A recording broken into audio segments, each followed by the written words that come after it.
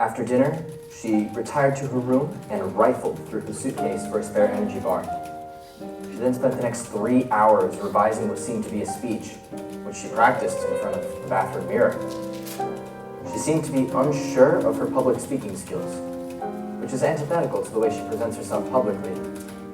Her outfits over the past few days have consisted of Armani, Ralph Lauren, and 6 uniform pairs of shoes. She gives herself motivational speeches that seem directly taken from the stack of self-help books that she keeps by her bedside. She preens and obsessively reapplies her lipstick in the bathroom mirror to hide her obvious insecurities and physical weakness. I fear for her mental state.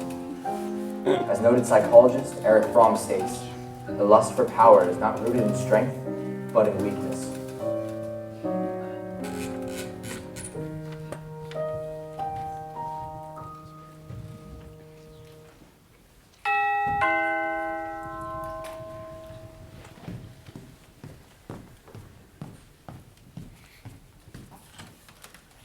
Hello.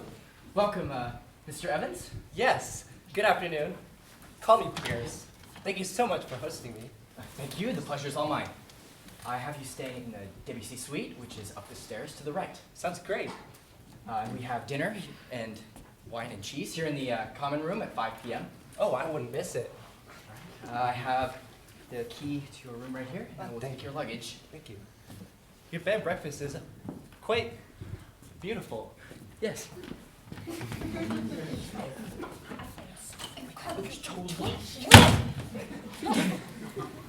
Hello, Mr. and Mrs. Rhodes. I hope your drive was pleasant. The address on your website leads to a place 2 doors down. We talked about this. I'm terribly sorry. I'll have to take a look at that right away. In the meantime, may I interest you in some cookies? Oh, I'm actually starving. When is this wine and cheese tasting? Oh, actually, I think we should get settled in our rooms before wine. That's fine. I have you in the Mozart suite. And what are you here for again? A special occasion, a romantic getaway? Sometimes you just need to get away from home for a bit. Not to be rude or anything, but I think we'd like to get to our rooms now so we can freshen up. That's fine. Keys right here. Your suite is upstairs, the first one on the left. I hope to see you here with me at 5 for the wine and cheese. You will. All right. Let's go.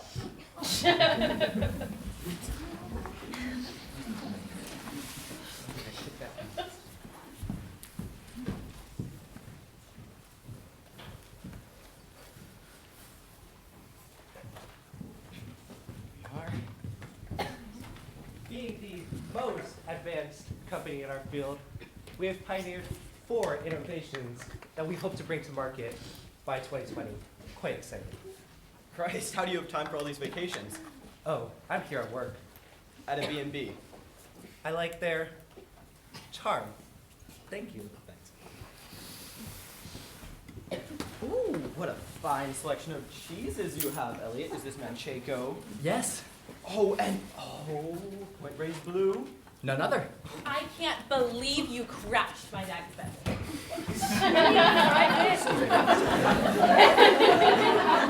Excuse me, lady. May I help you? Oh, yes. Hi. So, our car... My car. Okay, broke down. Crash. Okay, just a little bit up the road, and we really just need a place to stay. Can you take us? It's too bad about your car. Luckily, I can accommodate you. I can put you in the Chopin suite. Ooh, a suite? Sweet. We were just having wine and cheese. Would you like to join us? All right. A glass or two couldn't hurt. Come on, Ava. Yes, go introduce yourself to the other guests. Hi, I'm Ava, and this is Sloan. Glenn. I'm here with my wife, Winnie. And I just gave us Yes. loan. Hi, I'm Pierce. Where are you two from? We, Well, so we're just traveling. We're on spring break, taking a little time off from school, you know. Are you enjoying the freedom? Oh my gosh, totally. It's the best. We just love road tripping. We do it all the time. Like, we went up to Tahoe once, and we rode in one of those horse-drawn sleigh carriage thingies. That was and one time we went all the way to Coachella. Oh, yeah. And then, man, remember the time we went to Cabo and we had this suite of just us kids with our own bodyguards? And then when it was just the two of us, we went to Mandalay Bay. Oh, I still bow to you for that trip, girlfriend. Who else would I have taken, silly girl? Hey, sweetheart, remember you were gonna help me unpack? Haven't you had enough? 2 glasses is hardly enough. Oh, I'll drink to that. I think we're just fine. Glenn, please. All right, I'll help you unpack, babe. And then there were 4. What are you two studying in college? Art history with a minor in communications. I'm gonna open my own gallery. That's this semester's plan for her. But me, I'm a business major. Oh, what a coincidence. I'm in business. We should totally chat later. Yeah, that would be great. Maybe. But I want to go lay down. Are you coming? Yes, certainly, Sloan. It was so nice to meet you, Pierce. Nice to meet you too. I will help you get settled. Thank you.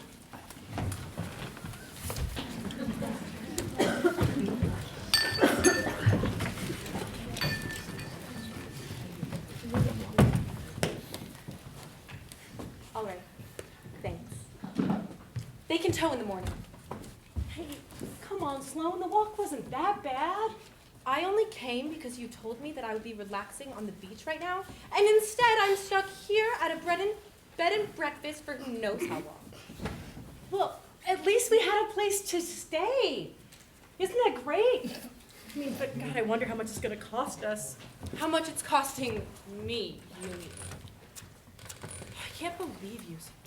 Honestly, you're probably so happy that the car crashed, huh?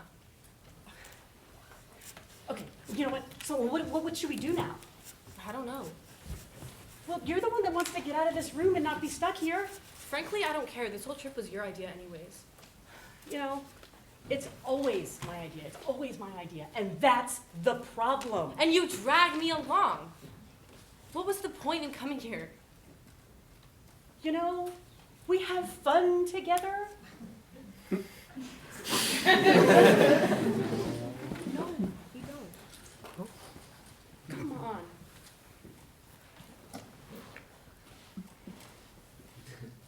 Okay, Sloan, I'm sorry.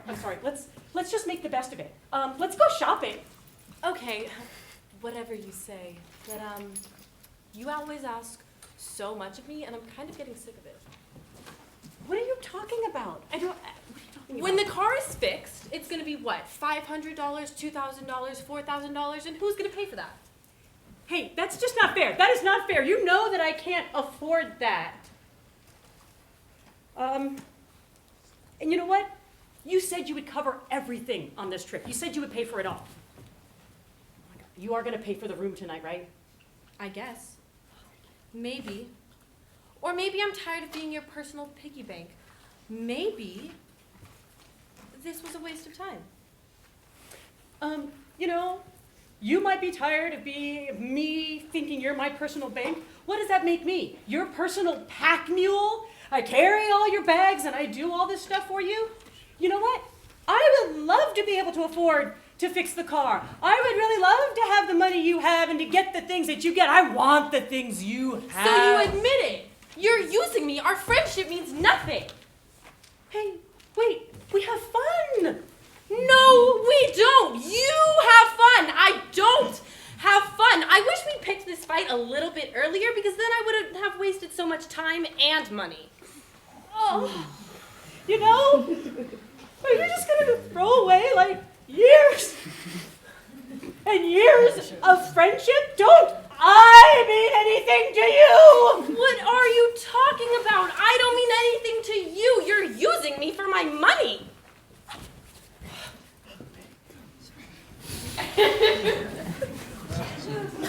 Report number 2. Subjects Ava and Sloan of Santa Rosa. Description of subjects. Ava, approximately 21-year-old female, 5'6", 6 feet in her mind, 130 pounds, brunette, college student. Sloan, female, approximately 21 years old as well, about 5 foot 3 inches, 120 pounds, brunette, college student. Activity: the Chopin suite was rented to this pair of friends at 5:13 p.m. by myself. Their arrival was unexpected. Ava and Sloan's interactions are painfully reliant on shifting blame back and forth for their current situation. The obvious catalyst to this situation is, in fact, money. Yet, the emotional codependence of this intricate pair make me curious for more observation in order to understand them. Naturally, Sloan is a strange subject to understand, even compared to the peculiarity of Ava's need for attention, confirmation of self-worth, and dependence on wealth. I theorize that their friendship is ultimately doomed to come to an end, and soon. While Ava continues to focus on her own personal agenda to maintain her security in life, Sloan's detached attitude and lack of empathy have led her to despise Ava, and it seems everything else in life. I assert that money corrupts, and corrupts absolutely. This is regardless of social and economic status, ethical values, or personal beliefs. In public, subjects Ava and Sloan attempt to maintain a facade of having a flawless relationship which yields no issues, but in the confines of their room, they, like everyone else, change utterly.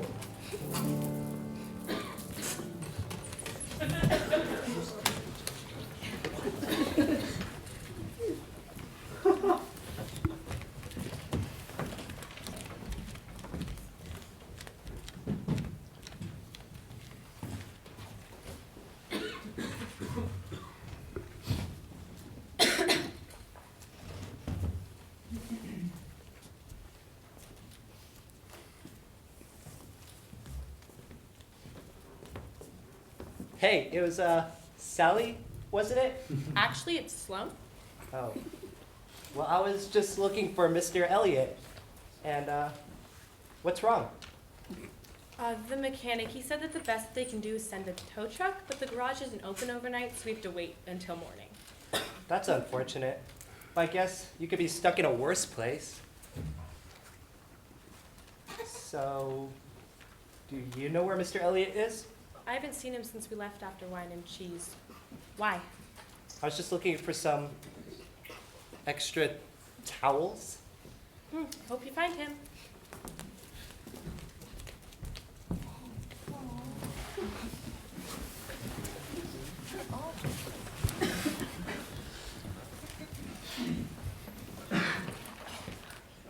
Winnie, come here. Why are you being so weird? We're supposed to be relaxing. Because you drink too much and you don't know when to stop. Look, Glenn, you have a problem and you need help, but you won't listen to me. I am the best listener you know. I know sometimes it might get out of control, but that doesn't mean we have a problem. Anyways, it's vacation. We shouldn't be fighting. We'll settle this when we get home. We cannot settle this when we get home. We have to settle this now. Look, I love you, but I don't think I can do this any longer.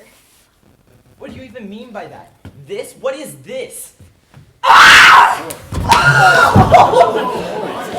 never listen to me!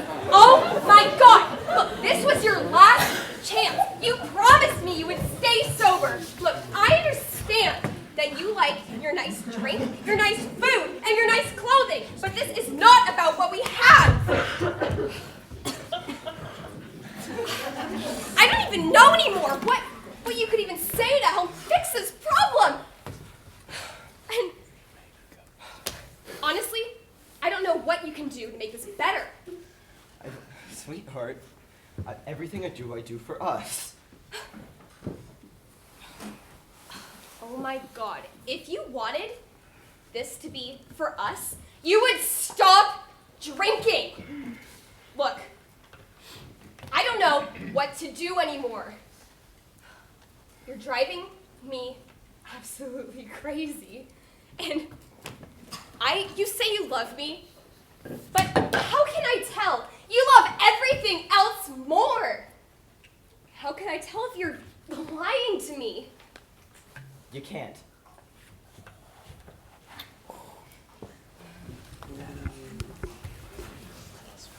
Report number 3. Mr. and Mrs. Glenn Rhodes of San Francisco. Descriptions. Approximately 42-year-old male, well-dressed, appears not to have work. 5 foot 10 inches, 150 pounds, college educated. Wife, 38 years old, 5 foot 7 inches, 130 pounds, light brown hair, and pleasant smile. Activity. The Mozart suite is occupied by a couple who checked into their rooms at 4:32 p.m. They walked in arguing, but immediately composed themselves upon entering the room. 2 contrasting personalities at the Rhodes astound me. How could 2 such individuals remain in such close proximity without experiencing sudden death? In private, they viciously exchange blame and routinely attempt to embarrass the other. This intense shaming dissipates as they enter public settings, which is seemingly an utterly separate world. His penchant for smooth talking seems to have outstayed its welcome. Mrs. Rhodes snaps at the mister, but for whatever reason they continue to traverse the wreck that is their failed marriage. My observations indicate that the majority of vacationers spend their time in misery. They fight about money, where to visit. All their aggressions somehow are immeasurably increased, and this is the time they discover that they're not properly matched. Women especially have a difficult time adjusting to both their new surroundings and their husbands. Vacations produce all the anxieties within mankind to come forward during this time, and to perpetuate the worst of emotions. Interestingly enough, Mr. Rhodes may overcome his penchant for alcohol and rekindle his relationship with Winifred. Glenn may find success in his relationship, but he must strive to communicate and speak honestly with his wife.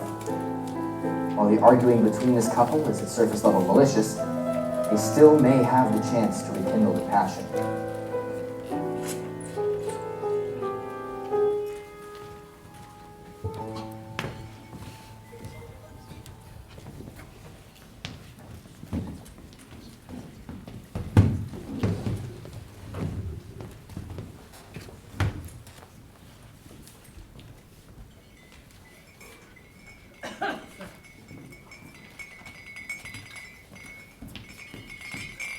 Oh, good morning. Something smells nice. Is breakfast ready? Just about. Take a seat and I'll bring it right to you. How'd you sleep? Oh, my bed was wonderfully comfortable. I was hoping to snag an extra pillow, but I just couldn't find you. I'm terribly sorry. I was busy with other matters. If there's anything you need now that I'm here in front of you, I'd be happy to assist you in any way I can. Oh, no, thank you. Everything's been wonderful. Good morning. It's too bright outside. Hey, why don't you eat something and maybe it'll get you in a better mood. Good morning, Ava and Sloan. Good morning. Hopefully you had a good night's rest. Hardly. I had to share a bed. As I said, eat something. You'll feel better.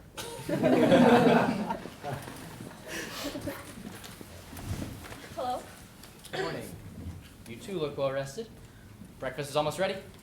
Take a seat.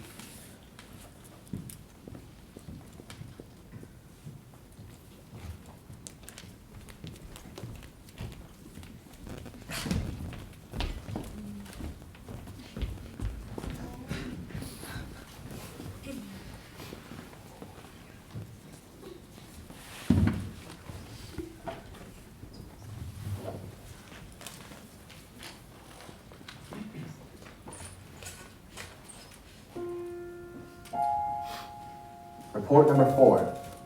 Subject Pierce Evans. Description of the subject.